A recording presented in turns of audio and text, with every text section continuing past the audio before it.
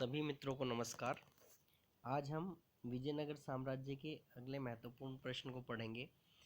प्रश्न है, विजयनगर की जल आवश्यकताओं को किस प्रकार पूरा किया जाता था।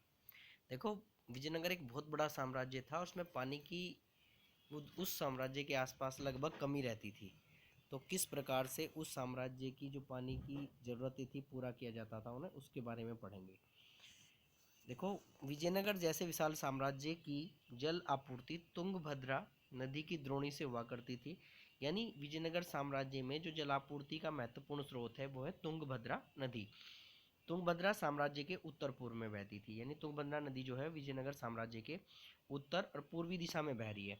इसके आसपास का क्षेत्र जो है वो ग्रेनाइट की पहाड़ियों से घिरा हुआ है। ग्रेनाइट की पहाड़ियों से चारों ओर से घिरा हुआ था। विजयनगर के चारों ओर ये ग्रेनाइट की पहाड़ियाँ फैली हुई थी। इन पहाड़ियों से निकलने वाली अनेक जलधाराएं जो हैं वो भी विजयनगर को लाभान्वित करती थी।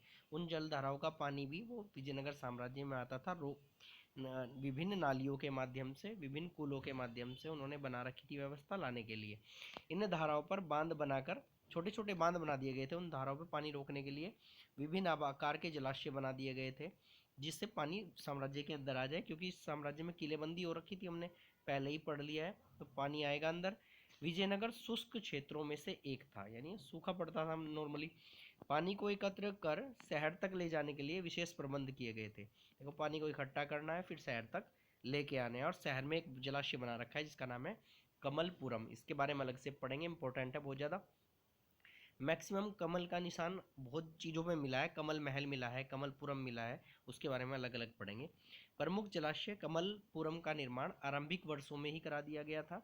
इससे न केवल आसपास के खेतों को सींचा जाता था, बल्कि नहर के माध्यम से शाही केंद्र तक भी पानी लाया जाता था।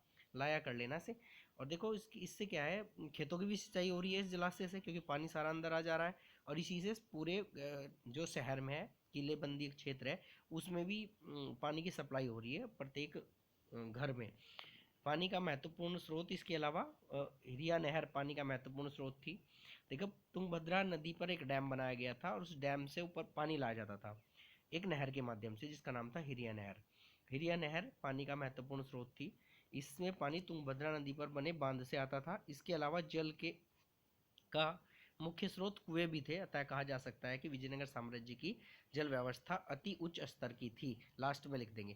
देखो, तीन चार चीज़ें हैं जो हमने पढ़ी हैं। पहले तुंगभद्रा नदी की द्रोणी, छोटी छोटी चारों तरफ ग्रेनाइट की पहाड़ियों में जो झरने हैं उनसे पानी रोक के लाया जा रहा है।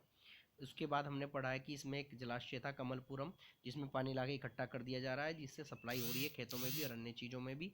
इसके अलावा एक हिरिया नहर है, क्योंकि तुंगभद्रा नदी पर एक डैम बनाया गया है जो हिरिया नहर से के माध्यम से पानी ला रहा है और शहर को दे रहा है। इन सब ये, और इसके अलावा छोटे छोटे जगह जगह कुएं भी बना दिए गए हैं। तो ये कुल मिला के कहा जा सकता है विजयनगर जैसे समृद्ध साम्राज्य में पानी की कोई कमी नहीं थी और जल व्यवस्था यहाँ की बहुत उच्च स्तर की थी। बस इतना लिख देंगे लास्ट में। धन्यवाद।